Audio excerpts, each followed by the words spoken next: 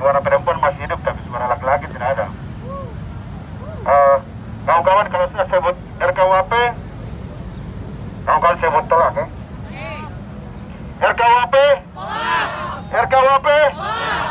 Baik kawan-kawan. Saya kebetulan hadir dalam aksi penolakan RKUHP ini bahwa ada beberapa hal yang saya mau sampaikan di sini. Realitas hari ini bahwa pemerintah tidak memberikan ruang bagi rakyat Indonesia. Kenapa? Bahwa rakyat Indonesia tidak bisa berharap banyak kepada DPR ataupun pemerintahan hari ini, kawan-kawan. Karena apa? DPR hari ini tidak ada partai-partai oposisi yang bisa mengangkat suara-suara rakyat, kawan-kawan. Apalagi mereka ini sudah jadi satu piring, makanya bareng. Jadi apapun aspirasi dari rakyat Indonesia selalu dibungkam, kawan-kawan.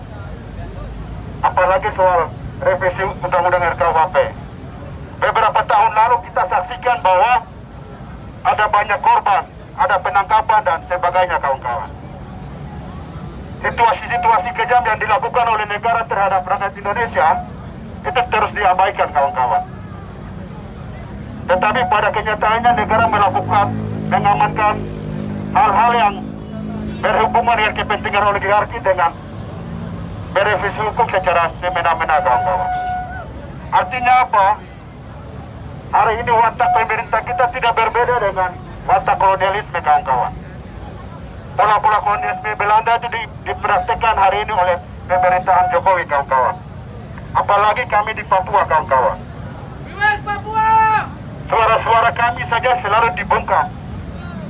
Kemudian pasal-pasal yang paling relevan dikenakan kepada orang Papua adalah 106, kawan-kawan.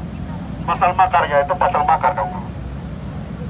Suara saja diperhadapkan dengan pasal makar, apalagi setelah revisi, kawan-kawan. Poin kedua yang saya mau sampaikan bahwa setiap kali aksi-aksi demonstrasi damai dilakukan oleh mahasiswa Papua di Jakarta, pihak kepolisian tidak pernah kasih surat tanda terima, kawan-kawan. Apalagi revisi RKUHP, ada pasal yang membahas bahwa tidak ada surat pemberitahuan atau tanda terima akan dipenjarakan 3 tahun atau 4 tahun lebih, kawan-kawan. Ini sangat rentan bagi kami orang Papua, kawan-kawan. Kalaupun suratnya sudah disampaikan, saja kami ditangkap, gitu, kawan-kawan. Surat pemberitahuannya ada saja kami ditangkap, apalagi tanpa surat pemberitahuan, kawan-kawan. Ini sangat rentan sekali, kawan-kawan. Jadi kami sebagai orang Papua tidak bisa berharap pada negara, apalagi kawan-kawan Indonesia yang punya hak untuk mendapatkan ruangan saja tidak diberikan ruangan, kawan-kawan. Jadi orang Papua tetap menolak RKUHP karena problemnya dua tadi saya sampaikan. Setelah revisi, kemungkinan besar penangkapan besar-besaran akan terjadi di Papua, kawan-kawan. Karena setiap kali demonstrasi damai selalu diperhadapkan dengan cara represif. Itu dilakukan oleh penguasa oligarki hari ini melalui aparat, kawan-kawan. Hari ini pemerintah juga menggunakan kekuasaan aparat untuk bagaimana caranya pengamanan revisi undang-undang RKUHP. Apalagi kawan-kawan kita bisa saksikan setelah pembahasan undang-undang Omnibus Law, kawan-kawan. Pemerintah menganggap bahwa pengamanan investasi telah dilakukan melalui undang-undang Omnibus Law. Dan hari ini mereka dorong untuk revisi undang-undang RKUHP untuk bagaimana caranya untuk membuka kritik-kritik dari rakyat Indonesia dan kawan-kawan aktivis Indonesia, kawan-kawan. Kemudian kami di Papua, bagaimana untuk meloloskan investasi kapitalisme oleh pemerintah Jokowi, mereka mendorong dengan revisi undang-undang OTUS, kawan-kawan. Setelah itu mereka mendorong dengan pemekaran. Kawan-kawan tahukah tidak, jumlah penduduk orang Papua itu 2,1 juta, kawan-kawan. Itu provinsi Papua. Sedangkan Papua Barat itu 1 juta.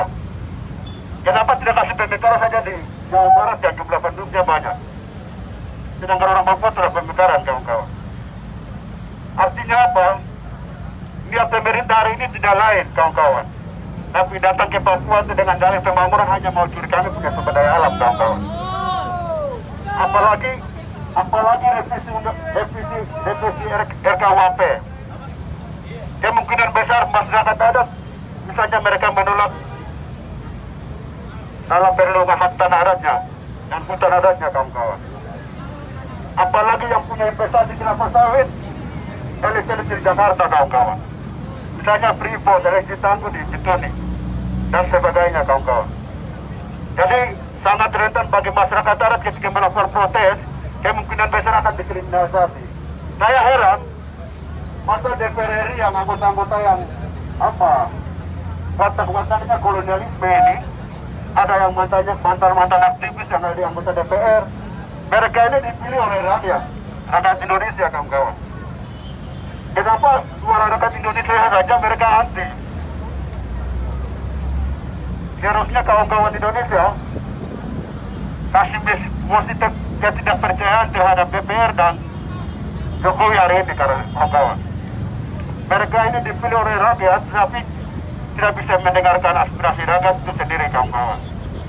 Dan hari ini pelajaran besar bagi rakyat Indonesia, harus ada partai-partai alternatif yang mendorong aspirasi rakyat Indonesia dan harus berafiliasi. Kita tidak bisa berharap banyak pada partai-partai yang ada hari ini, kawan-kawan, karena hanya menguntungkan para elit-elit oligarki dan melalui peraturannya dia melakukan semua peraturannya semaunya, kawan-kawan.